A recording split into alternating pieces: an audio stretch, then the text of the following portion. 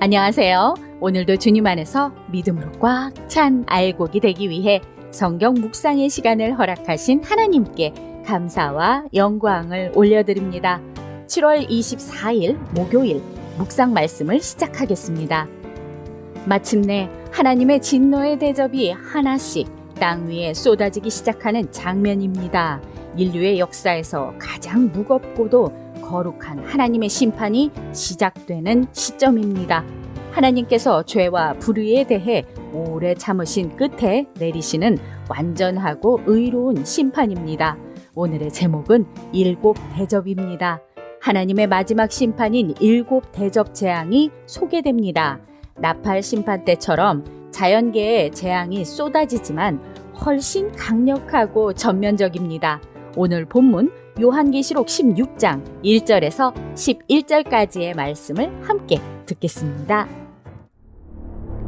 또 내가 들으니 성전에서 큰 음성이 나서 일곱 천사에게 말하되 너희는 가서 하나님의 진노의 일곱 대접을 땅에 쏟으라.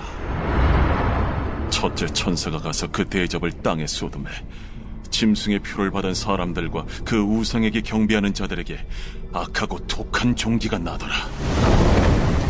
둘째 천사가 그 대접을 바다에 쏟음에 바다가 곧 죽은 자의 피같이 되니 바다 가운데 모든 생물이 죽더라.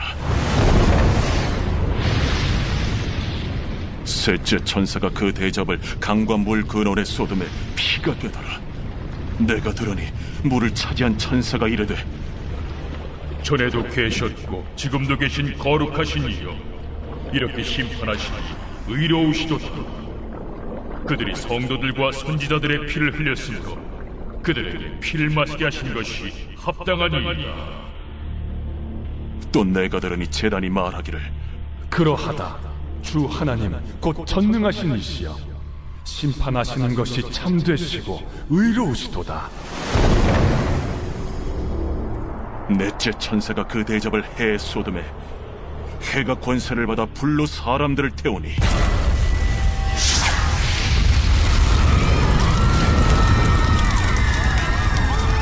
사람들이 크게 태움에 태워진지라. 이 재앙들을 행하는 권세를 가지신 하나님의 이름을 비방하며 또 회개하지 아니하고 주께 영광을 돌리지 아니하더라.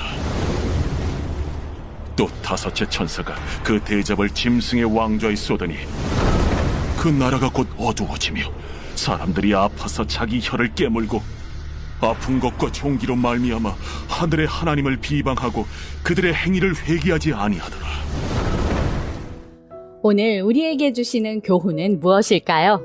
1절 말씀을 보시면 하나님의 진노가 마침내 지체 없이 쏟아지는 시점입니다. 심판은 더 이상 미뤄지지 않고 하나님의 명령에 따라 순차적으로 대접 재앙이 시작됩니다. 이제는 회개의 기회가 끝나고 하나님의 공의가 온전히 드러나는 때입니다. 대접 재앙은 하나님의 마지막 심판 행위로서 이전의 나팔 심판보다 더 철저하고 전면적입니다.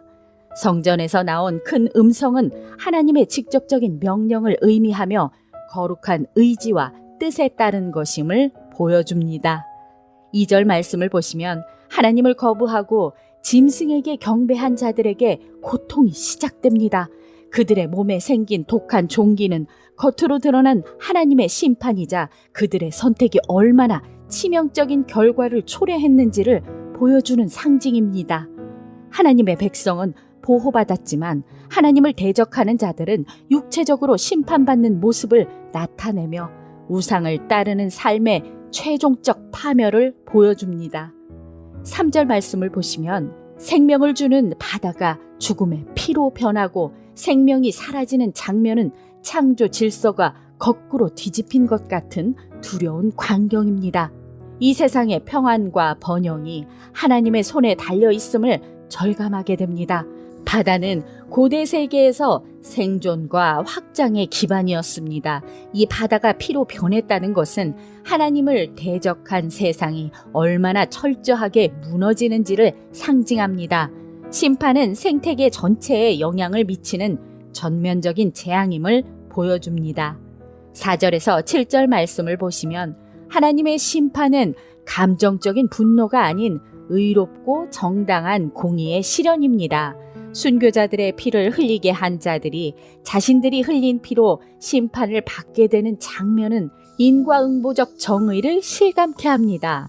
하나님은 성도들의 눈물과 고통을 잊지 않으시고 때가 되면 반드시 억울함을 풀고 악을 심판하신다는 진리를 선포합니다.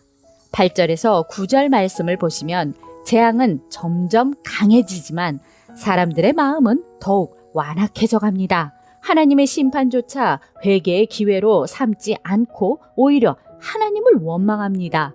심판은 그 자체보다 회개의 부재가 더 큰 비극입니다.